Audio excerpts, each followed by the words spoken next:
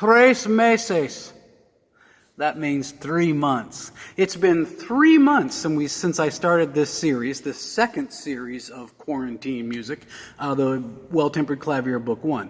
It was May 5th that I played the first one in the key of C. You got it. C major. That's where we started. And we have slowly progressed northward. C, C sharp, D, E flat, E, F, F sharp, G, G sharp, A, B flat, until finally the ultimate key is H. H? There's no H in music.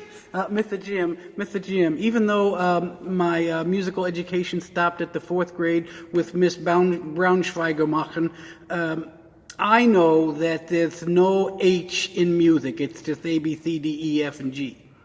And you are correct. Unless you're in a different country. See, we all speak different languages. French, Spanish, Canadian.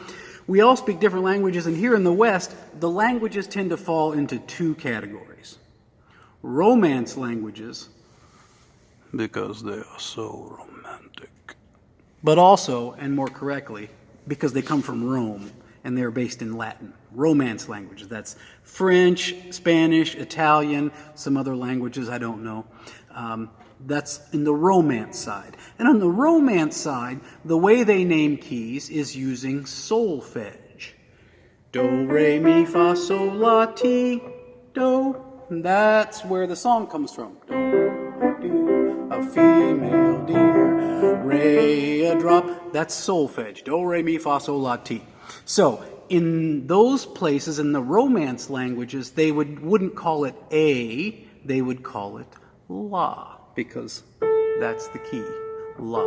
And they would say either majeur or meneur. I'm not sure how you say it in French because I'm not very French. But I bet it has something to do with this jaw movement. Meneur. So that's the Romance side. On the other side, my side, is the Germanic side. This includes Germany, whatever language they speak in the Netherlands, probably all the Norse countries, Scandinavia, Iceland. Those languages fall into what are called the Germanic languages. And in the Germanic languages, they use the letters of the alphabet, A, B, C, D, E, F, and G. And they stop right there. So the question is, where in Greenland did the letter H come from? Here's my best research answer after doing a little bit, but it's confusing. The question has always been around that 7th step.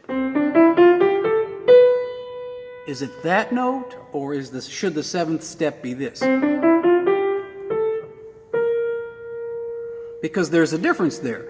One's called B, one's called B flat, or one's called T, and one's called Te. So, on the Germanic side, where they used the letters, they called B flat just good old-fashioned B. That's the black note, what we call B flat.